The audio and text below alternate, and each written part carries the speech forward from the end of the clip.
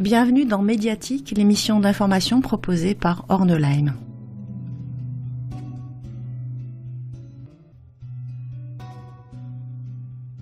Ce mois-ci, Médiatique vous amène à la ferme, chez Isabelle et Pascal, producteurs laitiers. Comment continuer à vivre et travailler lorsqu'on est touché par la maladie de Lyme ?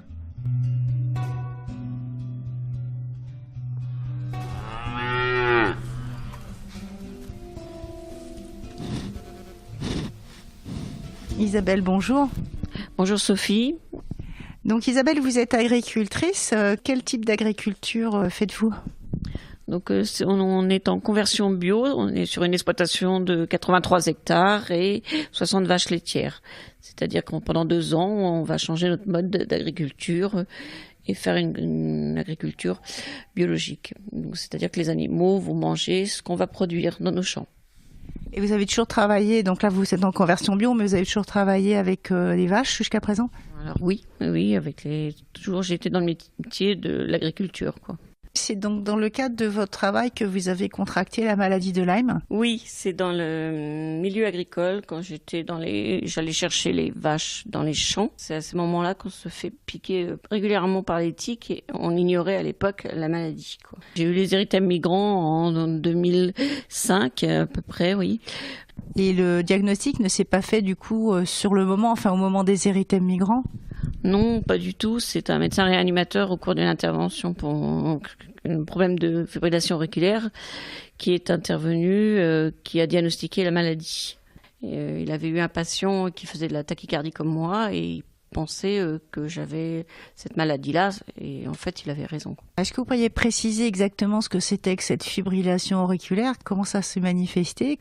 Alors la fibrillation auriculaire, c'est un trouble du rythme cardiaque, le cœur s'accélère et on n'arrive pas à réguler en fait.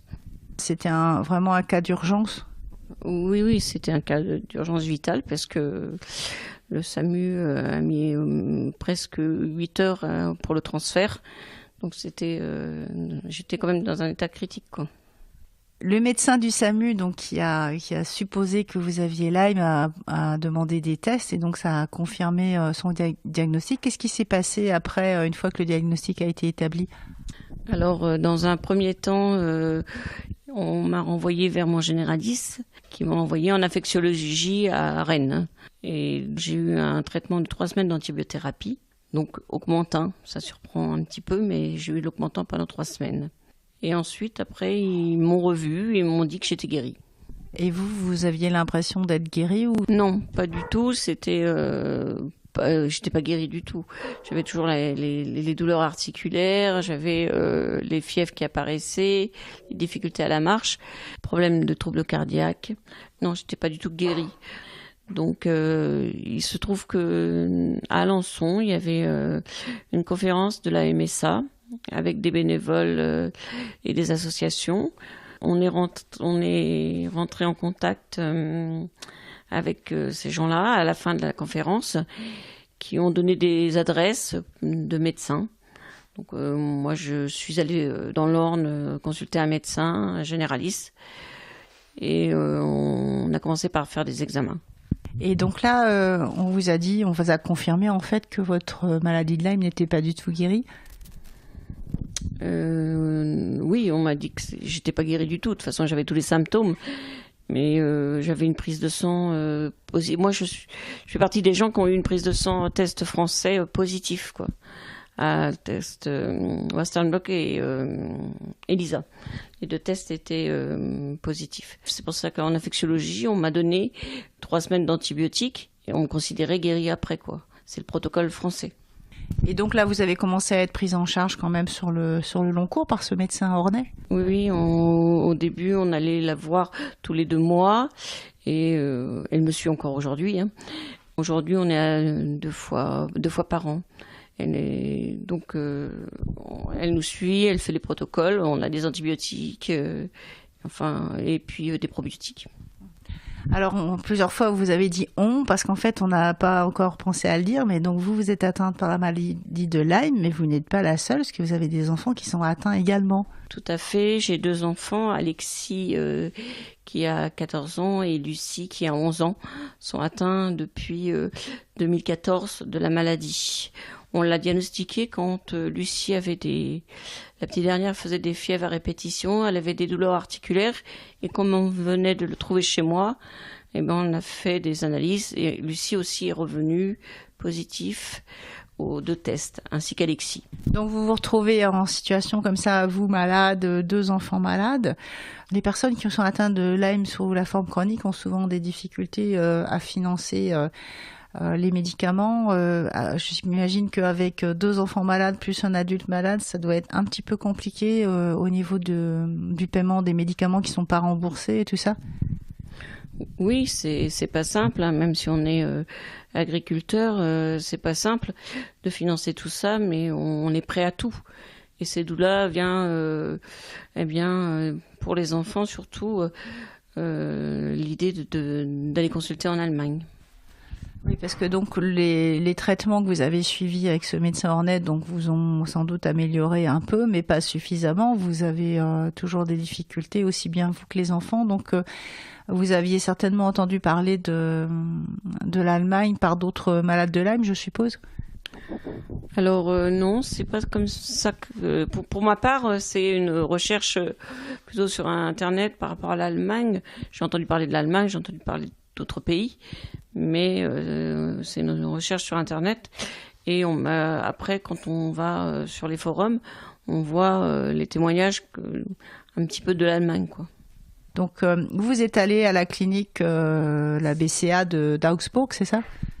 Oui, c'est ça, à la BCA. Donc on avait fait déjà en premier temps, nous y sommes rendus pour prendre rendez-vous.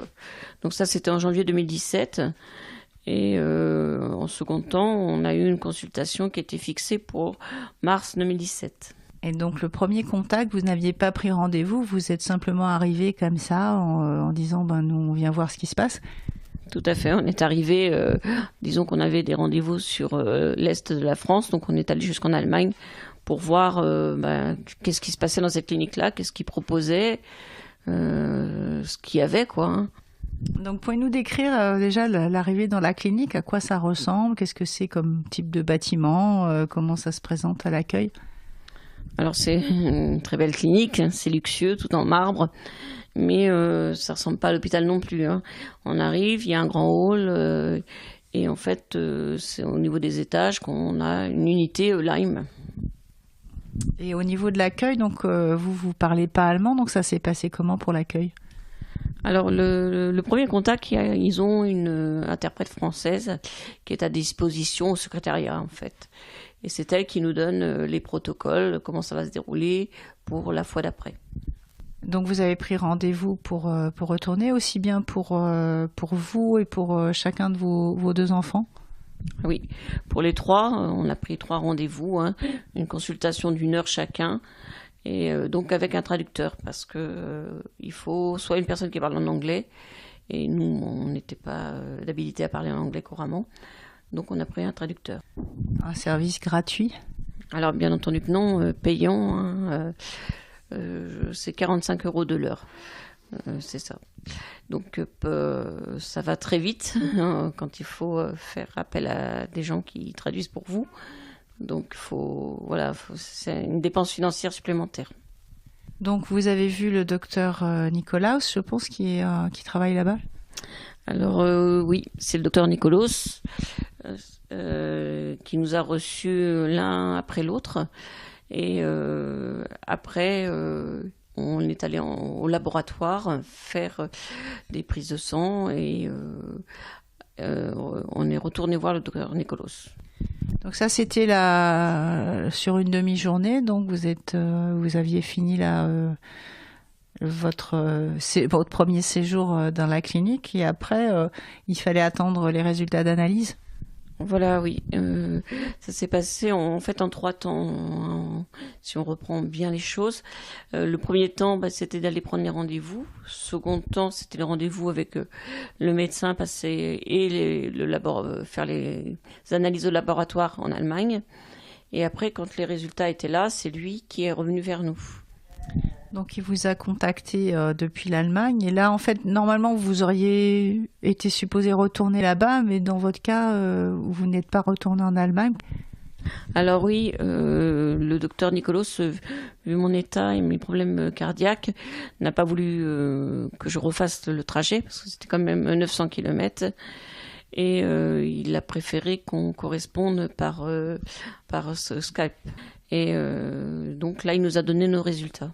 Donc il vous a confirmé évidemment l'infection par la maladie de Lyme, donc une borréliose, mais également donc la présence d'une babésia. Babésia étant un parasite proche de celui qui donne le paludisme et qui est extrêmement répandu justement partout où il y a des vaches en fait. Donc c'est pas une surprise dans la mesure où le réservoir de ce parasite c'est le bovin. Donc vous ayant passé votre vie au contact des vaches, ça aurait été étonnant finalement que vous n'ayez pas la babésiose. Donc vous êtes allé en Allemagne, vous avez eu des tests, un rendez-vous pour 3 personnes. Alors on va passer maintenant au nerf de la guerre, c'est-à-dire l'argent. Combien est-ce que ça vous a coûté cet aller-retour en Allemagne et les examens et rendez-vous médicaux sur la journée? Il y a plus de 5 000 € pour nous tous, entre les analyses. Donc la MSA, donc on avait fait la demande de savoir si on pouvait être remboursé un peu en France. Donc sur le tour, on a été remboursé 136 € sur 5 000 € que ça a coûté. Donc 5 000 € pour avoir finalement un diagnostic de babésiose et de borréliose que finalement aurait pu quand même être fait en France. Et ça c'était donc le début. Normalement l'idée des gens qui vont en Allemagne c'est de se faire soigner en Allemagne, mais du coup en quoi ça consiste finalement après les soins entre guillemets que vous pouvez obtenir en Allemagne? Normalement, les soins en Allemagne, c'est le protocole là, plus après, il faut aller 3 semaines, donc en hospitalisation de jour. On n'est pas hébergé, donc il faut trouver un hébergement. Et on reçoit donc des traitements par perfusion, des soins, on a des bains, enfin plein de soins palliatifs à côté, quoi, pour aider à passer la maladie, quoi. Et ça coûte. Nous, quand nous sommes allés en Allemagne, il y avait des Français, beaucoup de Français, qui étaient déjà en soins. Eux, ils étaient en hospitalisation de jour. Et là, ça coûtait pour eux. Bon, il y a un papa qui m'a dit, moi, j'en suis à 15 000. Et donc ma fille revient parce que l'année dernière elle y était, elle a rechuté et à nouveau il a recommencé les soins. Donc globalement, quand vous avez vu le prix que ça risquait de vous coûter, là c'est là que vous avez arrêté en fait, vous avez dit que vous ne pouviez pas poursuivre avec cette piste-là? Bah c'est pas tout à fait ça, parce que pour les enfants, je le répète, on est prêt à tout, mais quand on vous dit que c'était un 2e séjour, pour sa fille qui avait 16 ans, ça interpellait, quoi. Donc moi, surtout, c'est la suite du traitement, quoi. Parce qu'après, quand il a repris contact avec nous, il nous en fait parvenir des ordonnances qu'on devait faire represcrire par notre médecin, parce que lui, il nous donnait le protocole, et ça devait être notre médecin qui devait nous le prescrire, donc en France. Et donc à ce moment-là, quand on a vu les protocoles, c'est exactement ce que les médecins français nous donnent. Donc c'est les médicaments qu'on connaît, la doxycycline, tétracycline, un mélange de 2 antibiotiques. Et donc c'est ça en fait. Donc aller en Allemagne, j'ai pas été déçue parce que c'était important de voir ce qui se passait là-bas. De toute façon, on y va dans l'ombre d'un espoir, toujours la guérison et surtout trouver une solution à notre maladie. Mais aujourd'hui, on fait ce qu'on veut, c'est sûr, mais il ne faut pas se dire on va aller en Allemagne, on va être guéri. Ceux qui sont guéris, tant mieux, mais moi, dans mon expérience personnelle, les gens que j'ai vus là-bas n'étaient pas guéris.